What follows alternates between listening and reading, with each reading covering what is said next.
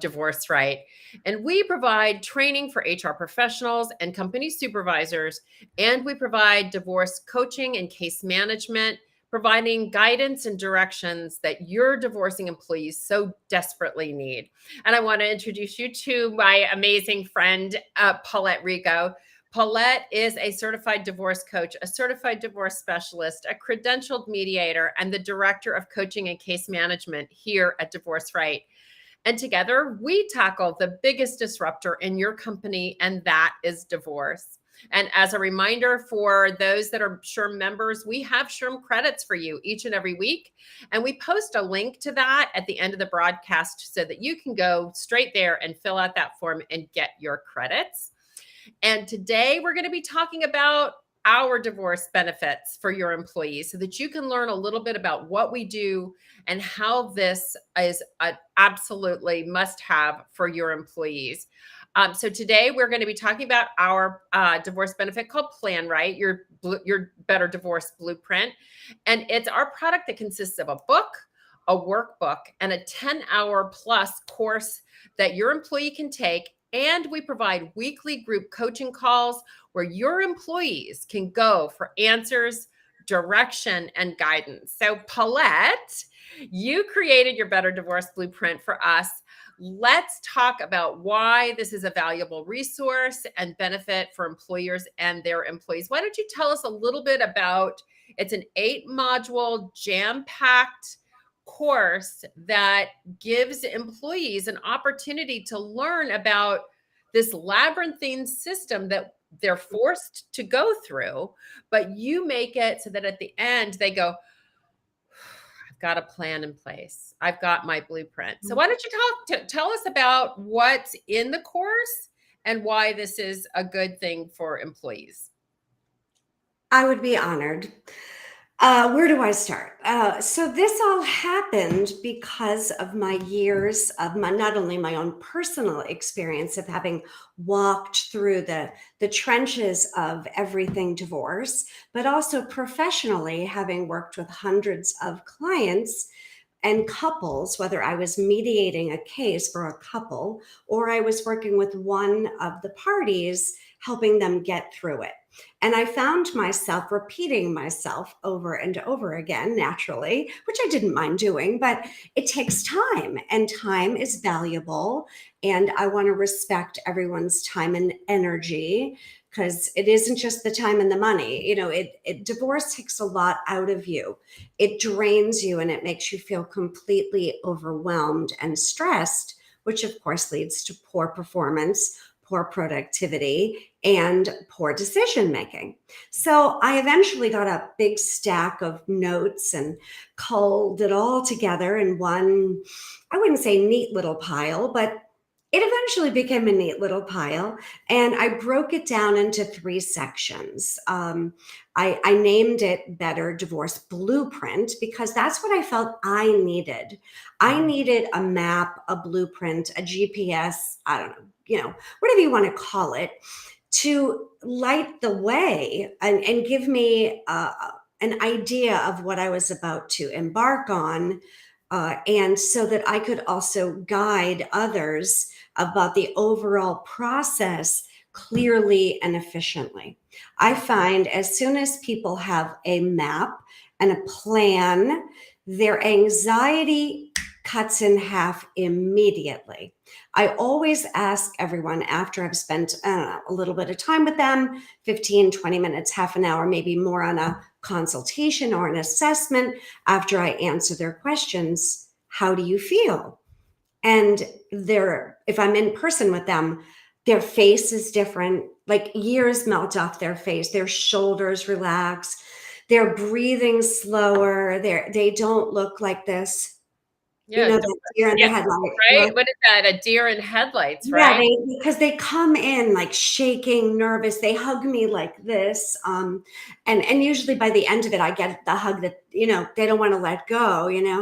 So and they always say something like, "I feel so much better." Well, I you and I talked yesterday, which was, I thought a really valuable conversation about uncertainty. Mhm. Divorce is uncertainty. And you can't have Mm, any, you know, balance in your life if everything is chaos and conflict without the actual certainty of where to go. And that's what I love about, this course, is that it gives them direction and guidance, and to your point, the plan that everybody needs. And what I love the most, and we'll talk about it in a second, but what I love the most is that it doesn't give me a plan that's a plan that's right for everybody else. It's the plan that's right for me and for my family, right? mhm. For your Sure. employee and their family. So, it may not be what I would choose. It may not be the right choice for me. But Mhm. but I will design using this course, I will end up with a plan with certainty around what I need to do to get it done, and to your point, have a blueprint in place that they can follow and Mhm. build the rest of their life. So why don't you take us through, like, what some of the chapters are, and some of the things that everybody that would learn from it. Sure. I broke it down into the three sections as I mentioned earlier. And the first section is before. There the planning. The second section naturally is during the being in the process of it, engaging in the process of divorce. And naturally, the third section is after, because we think that when we walk out of the courthouse and we've got our little paper, we're done. And unfortunately, that isn't always the case. So at the very beginning, I like to map out immediately the thought process, because that's how divorce starts, with where are you? What are you thinking about? What are those ruminating thoughts? Or what is your spouse thinking? It isn't always the person that is reading the book or taking the course, or the employee that is now faced with this decision where it's coming from them. Sometimes it's coming from their spouse, right? And sometimes it's mutual. Both parties are, in fact, saying, we need to have a discussion about our marriage. So, whatever direction it's coming from, it's the thoughts that create the emotions, the feelings, and the actions. So, there's a lot to take into consideration right away with chapter one, knowing that it isn't one choice or one decision. You have to understand all the different aspects. So, right away, it's your thought process. We break down the top 21 reasons couples divorce. And if you have 21 of them, naturally, divorce is probably a good option. If you only have two or three, then maybe therapy or coaching or counseling or whatever, based on the situation, could be enough to consider. Is the marriage salvageable? Is it savable? Right? Because I never throw in the towel unless both parties are coming to me saying, we need a solution. We're not going to consider any other conversation other than how to move forward with divorce. So then we step into the feelings, because many people push them aside. And that's brave, and the brain working with the amygdala and survival and all. But if you really are not processing the emotions, it's going to lead to bad decision making. And typically, one party will get very adversarial. They'll throw in the towel, and they'll have other mistakes that they make because they haven't been allowed, or they haven't allowed themselves to really feel the emotions and the stages of grief. Deciding what you want. What is the outcome that you're looking for? What are the possible options? Many people don't know that there are 5 methods of divorce and the things that the courts are concerned about. Taking responsibility for yourself, knowing all the deal breakers, and there are 31 of them. How to protect and prepare yourself. It's very important, not only physically, but also financially and emotionally, protecting yourself from the journey. And how do you go about doing that? And understanding that doing less and feeling more in the early stages is better. Many people do more and feel less, but it's the opposite. Really slowing down enough, maybe driving 55 and not 90 on the highway. Many people tend to just go, go, go, and they overschedule to avoid the emotions. Avoidance and escapism can lead to bad decisions. So, chapter one, module one, is all about that initial thought process. Then we jump into fact gathering.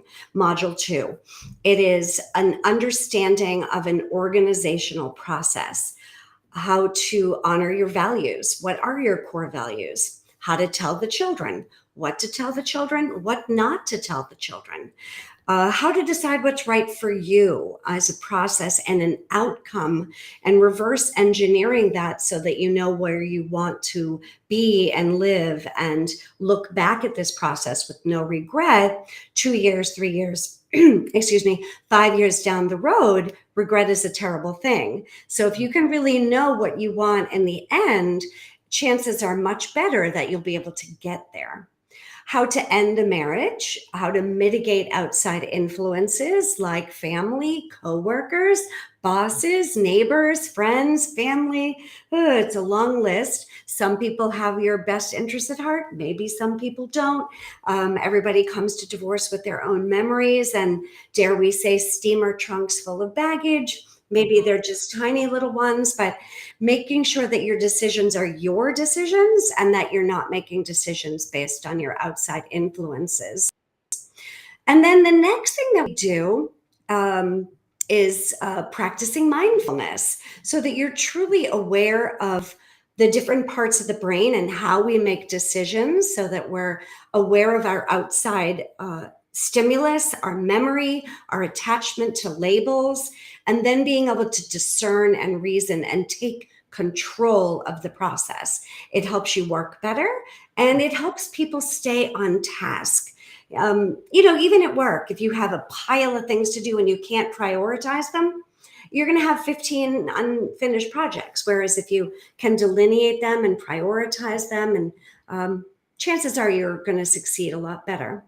In chapter three, we go into not being over prepared, because there's no such thing in divorce. Being really organized. Ignorance is not bliss in this case. What's the expression? Ignorance is bliss. Not in divorce, it's not. You've got to gather your facts and your documentation and your evidence. That may just be both parties filling out a domestic relations financial affidavit, but it could be a lot more than that. So what does that look like for you and your situation? The importance of a budget, lawyer speak, all that Latin that you hear that, like, what did they just say? What is a deposition, an affidavit, all those things that you just don't hear that in common everyday speak, right? How to choose your advocates, how to choose the professionals that you may need or may not need, and being organized, having a planner, a calendar, and a journal. And being really prepared for the steps forward, which would, of course, be engaging in the process itself. So we jump into module 4, where you only have you to take care of you. Just like when you're on that plane, they say, put on your oxygen mask first. Not that you want your children to pass out, but if you put theirs on and you're, in a coma, well, it's going to be really hard to take care of other people. So there is that sense of letting the wellness journey begin early, so that you are sleeping, eating, showing up on time, having your wits about you, that you feel, even though you're, living in a different state of energy, and you have a to-do list that didn't resemble anything in the past, you now have a clear idea of how to build a routine based on getting through this. Managing stress, communicating with family and friends, that can be tricky.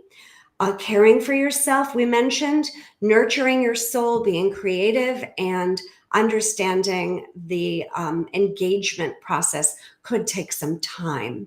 The average divorce is litigated 8 months to 2 years now. So be careful. Most people think, oh, can I get this done in 30 days? Well, it depends is the answer.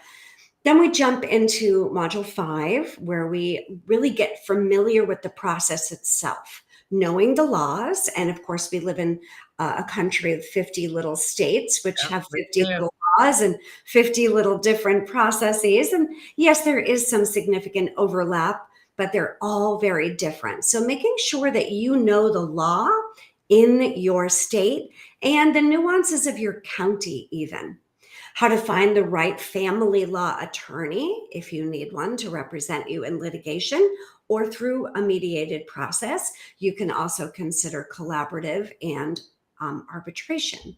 Mental health practitioners, financial experts, real estate experts, mortgage experts, insurance, taxes, etc. It's a big Rolodex of experts that you need to have as part of your team. I like to call it building your A team.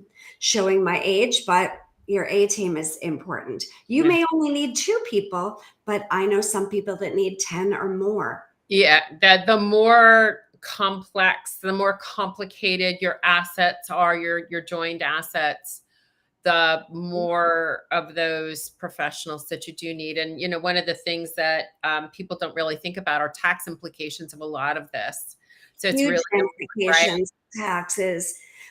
Yes, and a lot of the decision about who you need to help you has to do with how long have you been married, how many children you have, are they emancipated of the age of majority, or are they still minors? Do you have a business entity together or more? Are you 1099? Are you W-2? Are your finances transparent? Do you share your taxes? Do you file jointly or independently, which could have a lot to do with it? Is alimony or spousal support a consideration? Do you have significant debt? Is there animosity, addiction, abuse? I could keep going. But Right. based on all the criteria and facts of your particular marriage could mean the complexity of your divorce case. Therefore, the more complex, the more professionals you may need to put on the table. So, then next one is 6, all about the kids. Child-centered, lasting impressions, custody, parenting plans, understanding the difference between parenting, parallel parenting, co-parenting, and counter-parenting, how to support the kids. What is child support? Why does it exist? The child support calculators and worksheets in each state are quite different too. Spousal support, we mentioned, the waiting game, estrangement, parent alienation. Understanding the whole complexity of the family unit is the focus of chapter 6. Then we get into chapter and module 7, which is slowly starting to get out of the rebuilding phase of redefining self. Who are you? And what do you want your future to look like? Your career, where you're living, how you want to look back at this experience. And stepping off the spinning wheel of reliving the story and ruminating about it, where you can start to reconnect and reevaluate yourself with who you want to be moving forward in the future. Exploring your possibilities, making room for the new. That's a whole new concept to people. Dating in the digital age, understanding that it's a new life, which also feels like a liberating freedom, but to some it feels like a failure. But ultimately, it's a responsibility and taking ownership and responsibility to create your future because it's yours to create. No one is going to do it for you. And that includes your success with your work, your finances, your family, your children, all of the different aspects of your life that you need to now take ownership for. You are an independent person. And yes, you still have family and some of your old life will come forward with you, but it's a whole new brave world that you have to step into, understanding yourself. And finally, in chapter module 8, creating a financial future, to name change or not to name change. That's a whole new topic too.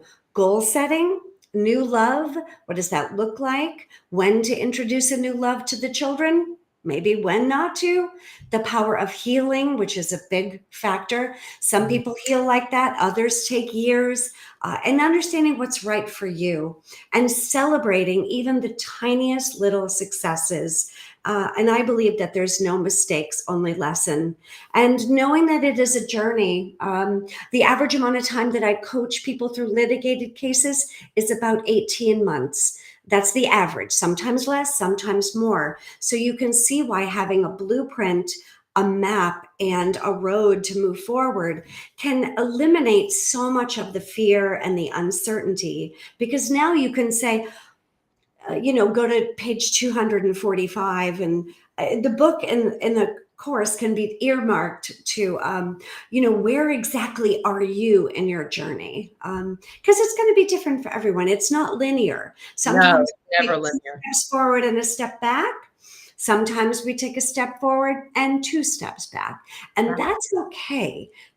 As long as you feel like you're not stuck and you're not trapped, and you're slowly starting to build your courage muscles, and you're able to feel heard, and you're making some progress, even if it is at a snail's pace, and you're following that roadmap, and you have accountability, you have a support system of the right professionals and experts. And that's why we do the coaching calls too. Everybody needs a friend and an accountability partner and a dare I call it a divorce buddy, but you need somebody that's sacred, that is going to keep your private stuff private. This isn't something you want to talk about at the water cooler at work. And you're Right. going to need somebody that will honor and hold your emotions and your experience private and sacred, because it really is. Yeah. We have somebody that sent in, so I guess that maybe they came in halfway into this and they're like, Mm. what does this have to do with HR problems? What does parent Mm. alienation have to do with this, or dating?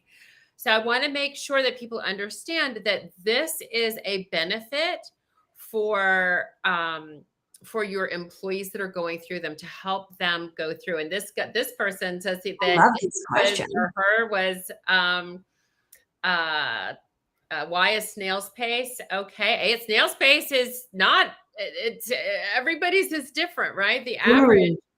Well, This I'm person, happy to answer. 2 to 3 As I hours. It sounds like mentioned, you had it sounds like that this person right here had a very, very amicable, right, split. And that's wonderful. right. Um, Congratulations. And that's awesome. Mine was I had two of them. Both of them were 3 years. Um, and so it depends upon what kind of assets are involved, but more importantly, what kind of relationship you have and how you process what happened in your marriage. Because a lot of times betrayal, I think, would you say betrayal is the number one cause of throwing a divorce into a crazy long-term litigated case? To answer this person's question, and thank you, I love this question. 18 months, yeah, that is the average amount of time. Now, I do work with some people for 3 sessions. So, I mean, and I'm actually not a session person because I'm not a clock watcher and I don't charge hourly, nor it just isn't the model that feels authentic to me. So, I work with people for an hour. If that's all they need me for, that's fine. In fact, I'm the one professional in the world that never wants a return client, right? Mediation, there's many different forms of mediation. So there's court appointed, where it's part of the litigation process. Mhm. And then there's private mediation with attorneys present, and private mediation without attorneys present. That does not mean that those clients should not be represented by attorneys. It just means that they're not there during the conversation to add more fuel to the fire. So if you've been married a short period of time and your finances are rather transparent, absolutely, I can get through mediation in 2 or 3 hours. Not a problem. I do it all the time. So it's quite common. That's okay. All of them are different. I mean, Very, very all of different. them are Right. different. And Right. to say that there's necessarily a recipe that can be followed for every divorce, I think is not always realistic. I'd love to think that that was the case, but Right. there are extenuating circumstances that are beyond, I've got a friend that's on Dateline with that there was a murder for hire involved in hers, or a prearranged marriage where her mother threatened to drink acid if she divorced her husband. So she stayed for another 4 years. I Right. mean, there are extenuating circumstances with everything, and God love you for being able to mediate cases, in 2 to 4 hours. And I would have loved that to have been my answer. But Well, it also depends on. I think you also have to emotionally be there to make that leap and to do it Sure. quickly. And I probably wasn't there. I was a big old mess. I was a big old Well, mess. Vicki, most people are. Don't feel, like you're a unicorn there. So, betrayal. So, to answer your question, I don't know that it's necessarily betrayal. The word I think that typically conflict in general, it would be the reason why it can keep dragging on, but also just control. Whether the playing field is not level. One Mm, person has the information, one person doesn't. One person is vocal and the other isn't. One feels controlled and manipulated. One feels fearful. And they just don't have the courage, the personality, the confidence to move forward and understand that you do have to learn to speak up. And if you don't have an advocate that's there for you, either an attorney, a fiduciary, and many, many other reasons, of course, in this short LinkedIn Live that Vicki and I like to do each week, we can tackle all these questions, my dear. So it is, in my opinion, being in the trenches with people going through all things divorce, whether they're DIYing different forms of mediation, collaborative, arbitration, and litigation, all the way to trials and appeals. Naturally, if you're in a trial and an appeal, there's no way that you can mediate a case in 2 to 4 sessions for 3 hours. So you have to understand that the sessions are going to be highly different based on how contentious the case is. In the world of what we do and the solution we provide here at Divorce Right, we understand that it isn't HR's problem to worry about dating or to worry about all the other things we brought up, or why we discuss in the plan to educate the employees about what divorce looks like, how to get through it with dignity and grace and wisdom. It's so that the HR professionals understand that this isn't their expertise, right? Their expertise is human resource, not how to solve an employee's divorce. But if they have a answer, if they have a solution, if they have a tool and a reason for that employee to stay employed so they don't quit and they don't sit at their computer in tears or anxiety because they have to just pretend everything's okay, even though they have to sneak out to go pick up their kid, they now feel empowered and the uncertainty lessens. Yeah, the uncertainty is what has them up here. So what having this plan gives them is a sense of certainty and understanding that they have their plan that they can follow. If mediation, which by the way, we love mediation, Paulette's a mediator.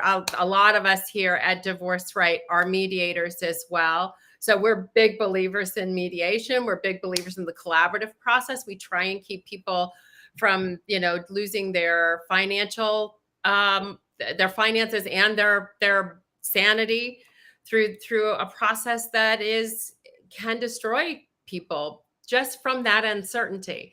So when they have a plan in place to this person, I don't know how many people have been talking to us today, but by giving them an opportunity to just take a breath, what's in it for the HR? They get an employee that is calmer, out of craziness, out of their head up here, down so that they can take a breath and they know which direction to move into. And then we can help them and keep them on task with our group coaching calls on a weekly basis so that we can answer any questions that they have.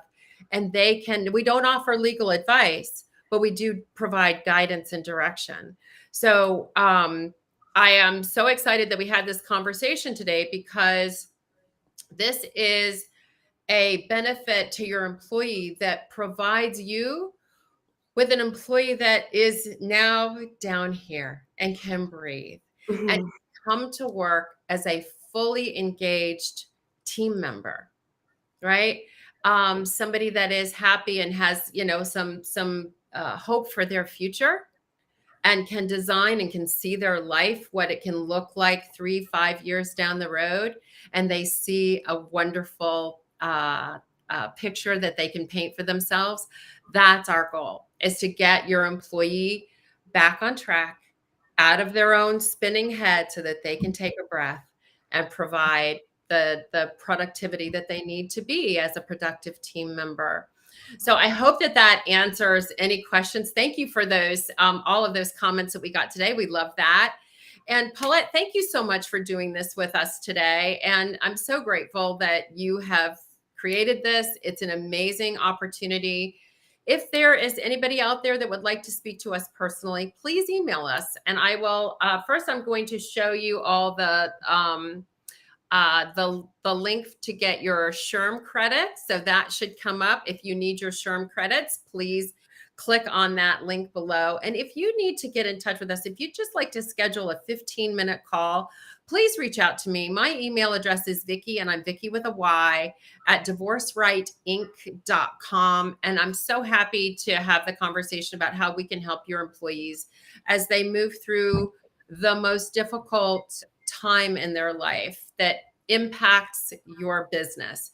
We've all been saying, divorce is not my business. My employee's divorce is not my business, but it is your business. It impacts your bottom line. So we want to help.